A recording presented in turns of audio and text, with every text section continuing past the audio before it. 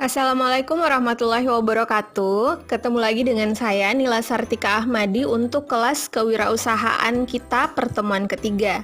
Nah, di pertemuan ketiga ini kita akan membicarakan tentang model bisnis Lean Canvas. Nah, model bisnis ini akan kalian presentasikan nanti di kelas, jadi silakan diperhatikan dengan baik ya. Nah, model bisnis Lean Canvas ini sebenarnya adalah adaptasi dari bisnis model Canvas oleh Alexander Osterwalder. Kalau Lean Canvas sendiri diciptakan oleh Ash Moria yang menciptakannya untuk semangat lean atau perampingan. Jadi ini tuh cocok untuk startup lean, startup yang cepat, ringkas, dan efektif. Lean Canvas menjanjikan rencana bisnis yang dapat ditindaklanjuti dan fokus dalam berwirausaha.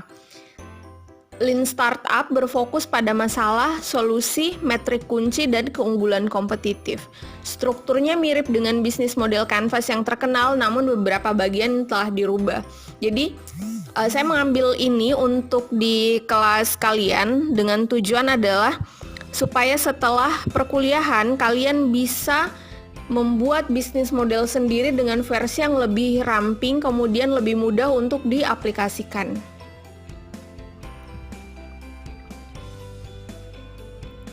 Nah, ini adalah gambaran umumnya model bisnis Lean Canvas. Ada problem, solution, unique value proposition, unfair advantage, customer segment, schematics, channels, cost structure, dan revenue streams. Nanti ini akan saya jelaskan satu persatu apa-apa saja dan yang mana sih yang harus kita isi dulu. Jadi, at the end of this presentation, diharapkan kalian sudah bisa membuat model bisnis Lean Canvas sendiri gitu. Nah, ini tuh akan jadi patokan untuk memudahkan kalian mengambil keputusan saat akan memulai bisnis. Karena kadang ketika kita mau memulai bisnis, yang kita bingungkan adalah hal apa dulu nih yang harus dipikir. Ada banyak hal yang harus dipikir, tapi yang mana dulu yang harus dipikirkan agar nanti bisnisnya bisa berjalan dengan baik. Oke, jadi kotak yang pertama yang harus kita isi adalah problem. Setiap segmen pasar yang akan disasar memiliki berbagai masalah yang harus mereka selesaikan. Nah, pada kotak ini, masukkan 3 masalah utama yang dimiliki oleh segmen pasar tersebut. Tanpa masalah yang dapat diselesaikan, maka pengusaha tidak memiliki barang dan jasa yang ditawarkan. Nah, ketika berbicara tentang masalah, ada beberapa kesalahpahaman dalam mengisi, beberapa orang yang salah paham dalam mengisi kotak masalah ini. Masalah ini bukan masalah yang sedang dihadapi oleh perusahaan atau sedang dihadapi oleh si tim startup ini, tapi masalah yang kita lihat ada di pasar yang kira-kira kita tertarik untuk selesaikan gitu. Masalah utama dari pasar yang tertarik untuk kita jadikan sebuah produk. Karena produk atau jasa, barang atau jasa yang kita tawarkan ke konsumen, semua berasal dari masalah. Ada masalah di mereka yang tidak mampu dia selesaikan sendiri. Maka dari itu kita sediakan solusi berupa produk. Misalnya ada orang yang, atau contoh sederhana saja, ada orang yang mau mencatat gitu. Nah, di sini kita lihat masalahnya apa? Oh, dia belum punya pulpen yang bagus, tidak ada pulpen yang bagus yang nyaman untuk dipakai mencatat tulisan-tulisan yang panjang gitu, mencatat secara lama. Nah, akhirnya keluarlah pulpen yang nyaman dipakai, yang ujungnya smooth aja gitu kalau kita pakai nulis. Atau misalnya kita melihat masalah di pasar, oh ini banyak nih orang yang ketika musim panas mereka kepanasan, capek kan kipas-kipas sendiri. Akhirnya melihat masalah itu, perusahaan menyediakan solusi membuat kipas angin, membuat AC. Nah, masalah-masalah seperti ini yang pada kolom problem harus diamati. Masalah apa saja sih yang mendasar di pasar yang kira-kira tertarik gitu untuk kita berikan solusinya.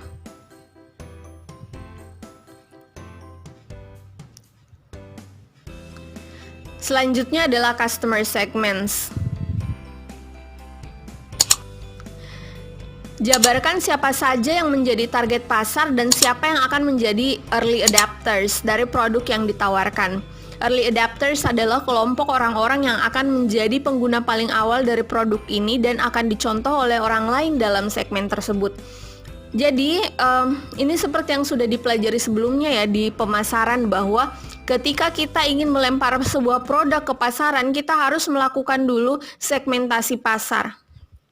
Segmentasi pasar itu kita mengkotak-kotakkan pasar berdasarkan karakteristik-karakteristik tertentu yang akhirnya kita menemukan satu kotak dengan karakteristik kepribadian atau hal-hal yang kira-kira tertarik untuk kita jadikan konsumen. Gitu. Jadi ketika kita sudah selesai mengkotak-kotakan pasar, kita akhirnya memilih pasar mana yang kira-kira tepat untuk kita sasar. Nah, di sini di kolom market segmen ini kalian harus memilih siapa sih yang akan jadi calon konsumen dari produk saya.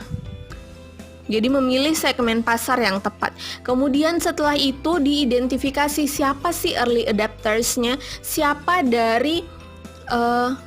orang yang bisa mempengaruhi si pasar tersebut untuk nanti memakai produknya, mungkin memakai influencers atau orang yang kira-kira dipercaya oleh si segmen pasar kita tersebut. Gitu.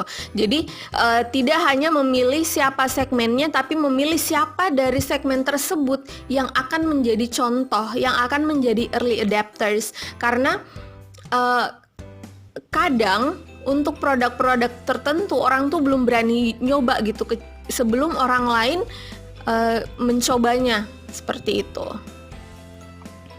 Kecuali kalau misalnya kita sudah punya basis konsumen yang setia, yang rela antri berjam-jam untuk menjadi yang pertama menggunakan produk kita. Ya, tapi kalau misalnya kita baru mau mulai bisnis, kita harus bisa mengidentifikasi siapa sih early adapters-nya. Dengan mengidentifikasi early adapters dan bekerja sama dengan baik dengan early adapters ini, kita bisa lebih mudah dalam memasuki pasar. Nah, selanjutnya unique value proposition. Di bagian tengah link canvas terdapat kotak untuk mengisi UVP, Unit Value Proposition. Value Proposition merupakan nilai yang akan diberikan kepada pelanggan. Hal ini merupakan alasan utama mengapa seseorang akan membeli produk yang ditawarkan. UVP dapat menggambarkan sebagai hal berbeda yang dimiliki oleh produk kita dan tidak dimiliki oleh produk lain, sehingga pelanggan harus membeli produk yang ditawarkan. Jadi, UVP ini adalah sebenarnya keunggulan utama dari produk kita. Kalau orang tidak membeli produk kita, mereka tuh tidak akan mendapatkan manfaat apa, gitu. Tanpa produk kita, kalau produk kita tidak ada, mereka tuh tidak akan mendapatkan manfaat apa. Itu yang akan nanti jadi unique value proposition. Keunggulan utama kita yang tidak dimiliki oleh produk lain.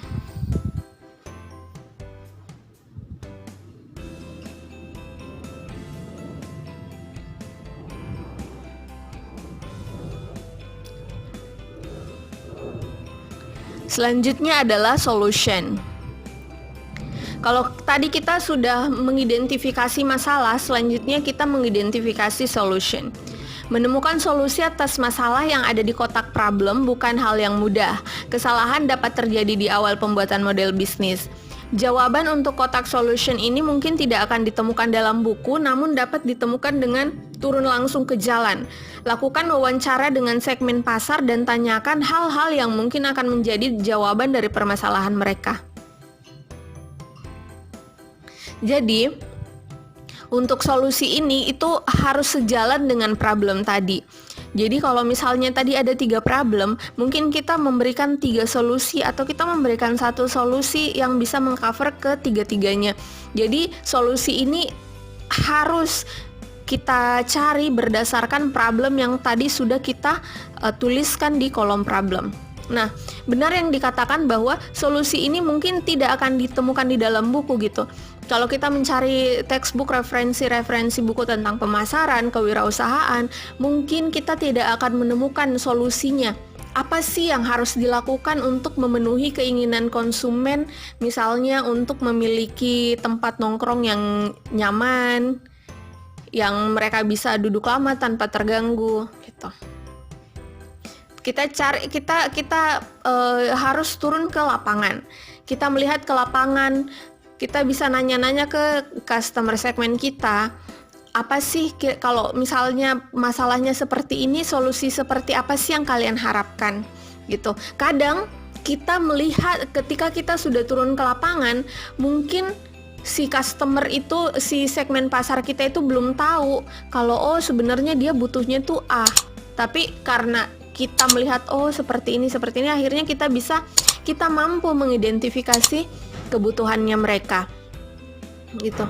Jadi kita harus, untuk menemukan solusi ini, kita harus bisa lebih dekat dengan pasar, lebih memahami pasar. Makanya tadi dilakukan segmentasi untuk melihat kecenderungan dari segmen tersebut itu seperti apa.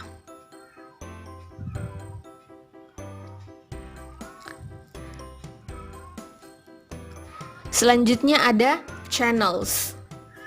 Channels merupakan saluran yang akan digunakan untuk mencapai pelanggan. Saluran yang digunakan tidak harus besar, namun tepat sasaran, misalnya email, media sosial, CPC ads, blog, artikel, radio, TV, webinar, dan sebagainya. Pastikan untuk memilih saluran yang benar-benar digunakan oleh pelanggan. Jadi saluran ini lebih ke bagaimana cara kita bisa menyampaikan produk kita nih kepada pelanggan.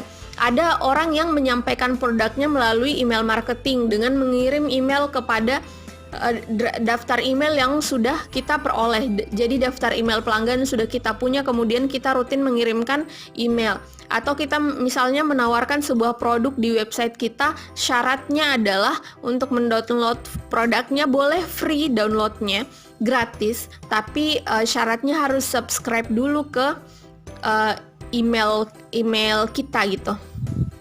Jadi ketika dia subscribe, berarti dia setuju untuk secara rutin memperoleh email dari kita. Atau bisa melalui media sosial. Media sosial itu sekarang merupakan media yang sangat populer, yang semua bisnis harus memiliki keahlian di bidang ini. Jadi karena media sosial itu adalah wadah untuk menciptakan komunikasi dua arah yang sebelumnya tidak bisa tercipta sebelum masa sosial media, gitu. Jadi kalau dulu pemasaran itu dia sifatnya vertikal, dari produsen ke konsumen. Jadi produsen terus yang menjejalkan ke konsumen, seperti ini. Sekarang tuh pemasaran sudah bersifat horizontal. Produsen dan konsumen bisa sama-sama membentuk sebuah produk. Karena konsumen dengan mudahnya bisa menyampaikan masukan kepada produsen, dan sebaliknya, produsen pun bisa memberikan masukan kepada konsumen dengan mudah untuk mengetahui cara-cara terbaik untuk meningkatkan pengalaman mengkonsumsi produk. Jadi media sosial juga tidak hanya satu, kita harus melihat media sosial mana saja yang tepat untuk target pasar kita. Kita harus melihat kalau target pasarnya ini, ada yang menentukan target pasar berdasarkan generasi, misalnya generasi Z, generasi X, generasi Y, atau generasi milenial ya. Dia cocoknya di sosial media apa. Dan banyak lagi channel yang dapat kita lakukan, misalnya kita lakukan pay per click ads. Jadi kita bisa membuat iklan, kemudian kita bayar, misalnya per klik itu kita bayar berapa, atau per impression, ketika ada 1000 orang yang melihat iklan kita tuh bayar berapa.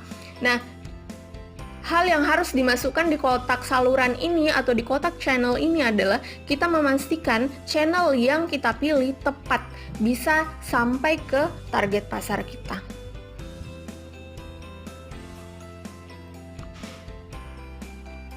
Selanjutnya adalah revenue streams. Revenue streams adalah sumber pendapatan yang bisa diperoleh saat menjalankan usaha. Saat memulai usaha, banyak pemula yang memberikan diskon besar-besaran atau bahkan memberikan produk secara gratis. Hal ini tidak serta-merta membuat pelanggan yang menikmati fitur gratis tersebut akan bersedia membayar produk yang sama di masa yang akan datang.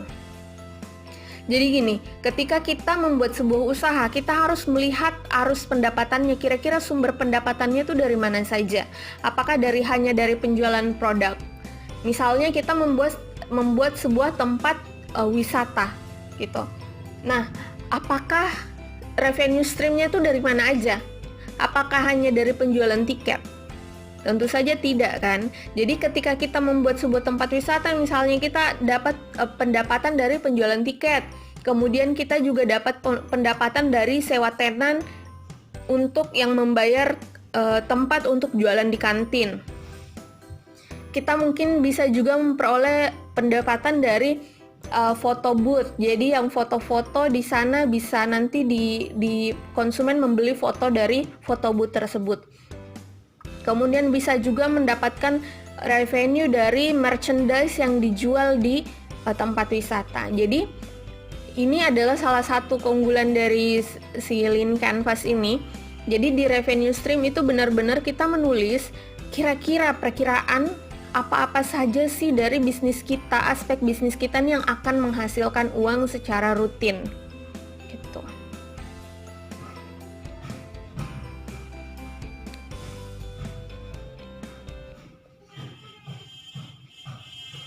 Selanjutnya adalah cost structure. Bagian ini menjabarkan semua biaya operasional yang harus dikeluarkan agar usaha yang dijalankan dapat dipasarkan. Biaya per bulan harus ditentukan, begitu juga biaya-biaya lainnya seperti biaya yang dikeluarkan saat mewawancarai target pasar. Dengan membandingkan cost structure dan revenue stream, maka dapat dibuat perkiraan kasar mengenai break-even point atau titik impasse. Jadi gini, tadi kita sudah lihat kira-kira perkiraan pendapatan kita akan ada dari sumber mana saja. Nah, kita juga harus mengetahui pengeluaran kita tuh ada dari sumber mana saja. Jadi pengeluaran tuh bukan hanya sekedar biaya operasional ya, tapi kita harus melihat pengeluaran-pengeluaran lain. Kita turun ke lapangan melakukan riset, itu juga pasti butuh biaya. Kita misalnya mau launching produk, kemudian kita memberikan promo atau misalnya kita memberikan diskon, kita juga membutuhkan biaya. Nah, biaya-biaya seperti ini, biaya apa saja yang kira-kira akan kita lakukan, atau seperti tadi kita melakukan iklan, membuat iklan di sosial media, membuat iklan di Google misalnya. Nah, kita juga harus menghitung, oh rutin nih biaya iklan saya keluarkan. Kemudian kalau misalnya ada event apa, biaya ini harus saya keluarkan. Supaya kita tahu, ini seperti yang dikatakan bahwa kita bisa membuat perkiraan kasar kapan sih break even point kita, kapan sih kita balik modal, apakah bisnis ini layak untuk dijalankan. Karena kalau bisnis yang terlalu lama baru sampai ke break even point, berarti bisnis ini tuh tidak terlalu layak untuk dijalankan.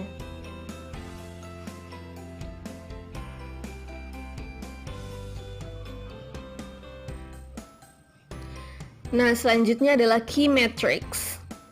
Setiap usaha, baik skala besar maupun kecil, memiliki key metrics atau parameter untuk mengukur performa. Terdapat berbagai parameter untuk mengukur keberhasilan. Key metrics ini berhubungan erat dengan channels. Pengukuran kinerja harus disesuaikan dengan channel yang dipilih. Nah, tadi kita sudah memilih channel ya. Misalnya kita pilih channelnya mau sosial media, kemudian iklan di TV. Nah, nanti key metrics-nya itu harus bagaimana cara mengukur keberhasilan sosial media dalam mencapai tujuan dari pemasaran kita.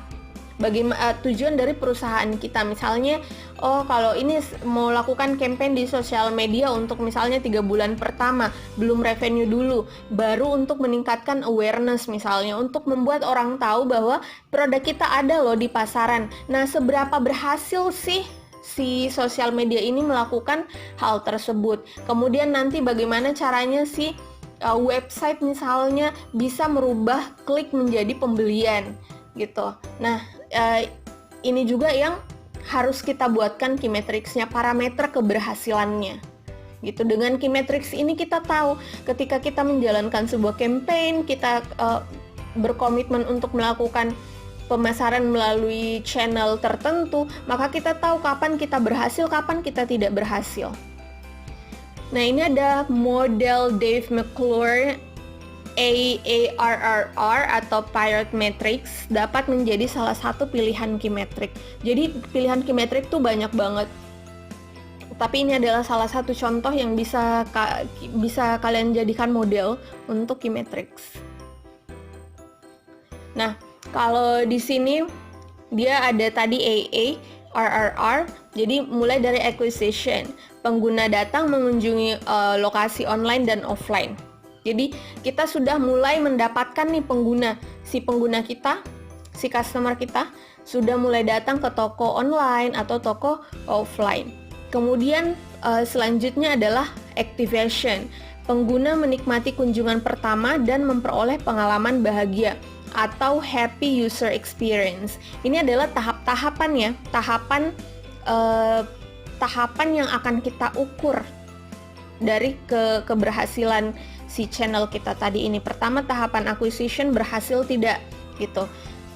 Tahapan acquisition berhasil ketika misalnya pengguna datang mengunjungi lokasi online dan offline. Kemudian tahapan acquisition berhasil tidak. Berhasil ketika pengguna menikmati kunjungan pertama dan memperoleh pengalaman bahagia atau happy user experience. Mungkin kita berhasil memanggil customer untuk datang. Pada tahap acquisition kita udah berhasil.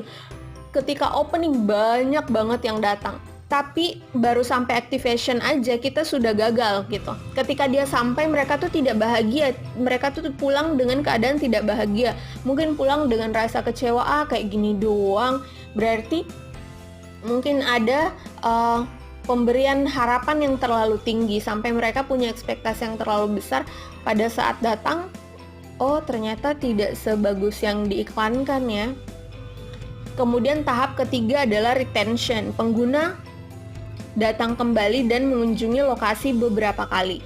Jadi kalau tadi sudah ada happy user experience, bisa jadi kita tuh bikin mereka happy, tapi tidak membuat mereka tertarik untuk datang kembali. Kayak ya cukup sekali aja deh, yang penting udah pernah ke sana gitu. Nah, jadi di tahap retention ini, key metrics yang kita kita tetapkan pada tahap retention ini adalah bagaimana cara mengukur pengguna, seberapa banyak sih pengguna datang kembali dan mengunjungi lokasi. Kemudian referral. Pada tahap ini pengguna cukup menyukai produk yang ditawarkan sehingga mengajak orang lain untuk mencoba. Jadi kalau 3 tahap di atas sudah berhasil nih. Jadi pengguna sudah datang kembali, mengunjungi lokasi beberapa kali, tapi dia tuh belum pada tahap mampu atau berkeinginan, bersedia memberikan referral kepada teman-temannya. Oh, di sana bagus loh, jalan di sana enak loh gitu. Atau misalnya nongkrong di sana enak loh. Berarti pada tahap referralnya ini belum berhasil. Nah, tahap referral ini berhasil ketika dia sudah dengan senang hati, dengan rela, dengan keinginan sendiri, mereka mereferensikan produk kita kepada orang-orang di sekitarnya. Kemudian yang terakhir adalah revenue. Pengguna melakukan monetization behavior atau perilaku pembelanjaan.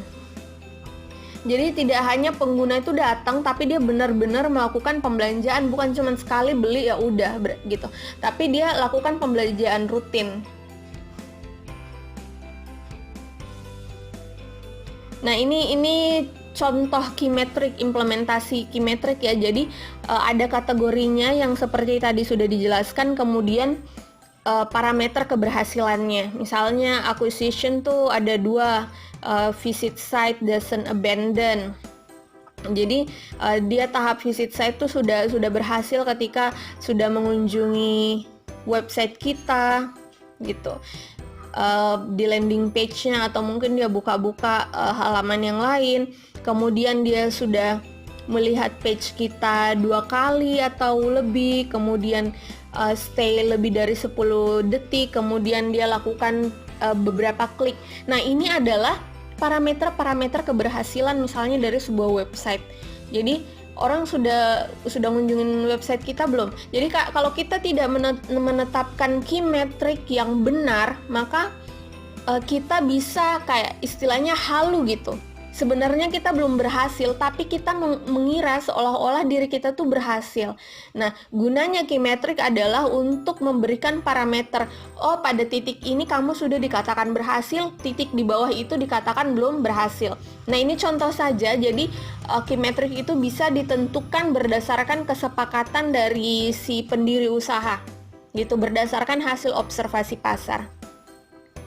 Kemudian activation, happy first visit, ada email, blog, ada account sign up gitu. Jadi kalau dia sudah mengunjungi website, sekedar buka-buka, baca-baca, kemudian dia sudah seneng nih agak lama ternyata stay-nya, terus habis itu dia mulai sign up, bikin akun biar besok-besok bisa datang lagi dengan lebih mudah.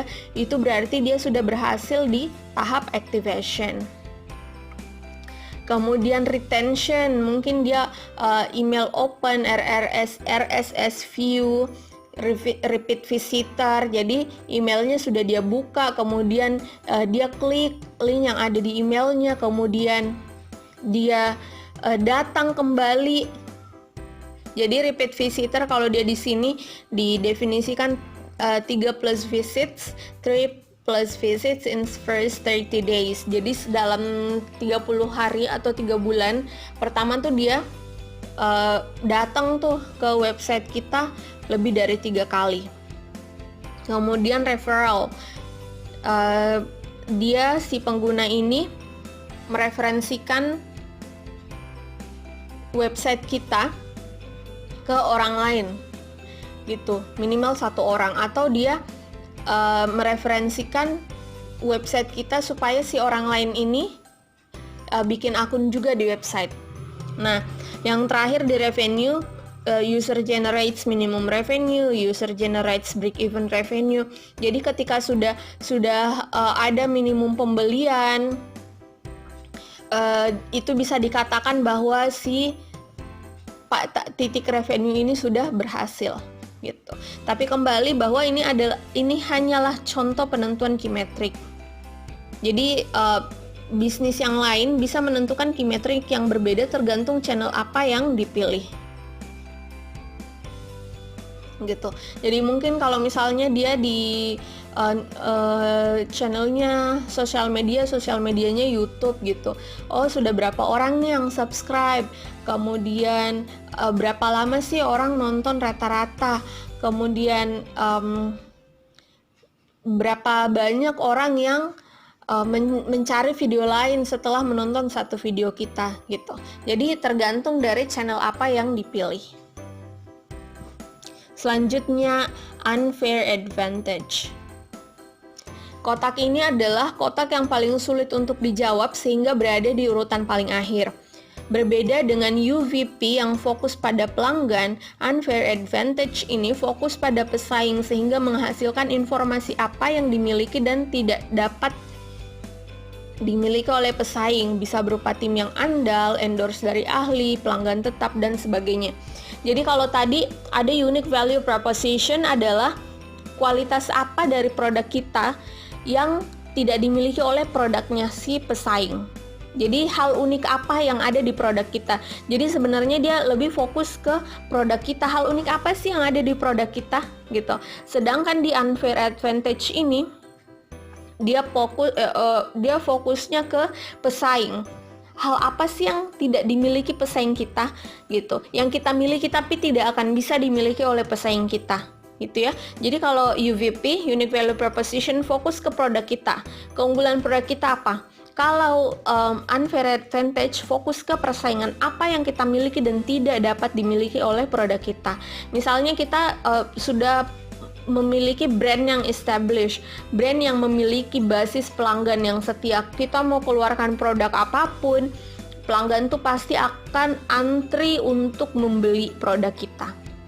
Misalnya produk-produknya Apple, mereka tuh punya basis pelanggan yang cukup loyal. Jadi mau dia keluarkan produk apapun, orang-orang tuh pada beli. Waktu itu sempat lihat salah satu talk show yang ada di Amerika. Jadi dia turun ke jalan, kasih lihat contoh jam Casio ke pelanggan gitu, ke orang-orang yang lewat. Terus dia nanya, ini adalah Apple Watch keluaran terbaru loh, tapi ini kayak belum ada di pasaran. Nah, ini adalah contoh produk yang akan dikeluarkan. Karena talk show ini cukup terkenal gitu, orang-orang pada percaya aja, oh iya ini produk Apple bagus-bagus, kira-kira kamu mau beli nggak? Oh iya, kalau produk-produknya Apple saya mau beli. Ternyata setelah ditanya apa sih keunggulan dari produk ini sampai kamu rela beli, mereka juga bingung. Ya sama-sama bisa ngasih lihat jam sih, itu doang, nggak ada yang lain. Tapi kenapa mereka rela beli? Karena mereka adalah pelanggan tetapnya atau pelanggan loyalnya si Apple. Dia loyal pada mereknya gitu. Nah, kalau kita punya basis pelanggan yang loyal seperti ini bisa menjadi unfair advantage kita. Hal yang kita miliki tidak dapat dimiliki oleh pelanggan. Pelanggan bisa berusaha memiliki hal yang sama, tetapi kita akan selalu jadi yang terbaik gitu.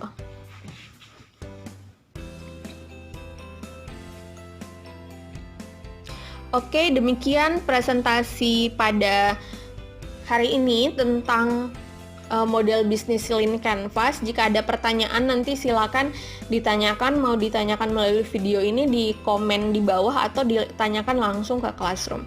Terima kasih. Assalamualaikum warahmatullahi wabarakatuh.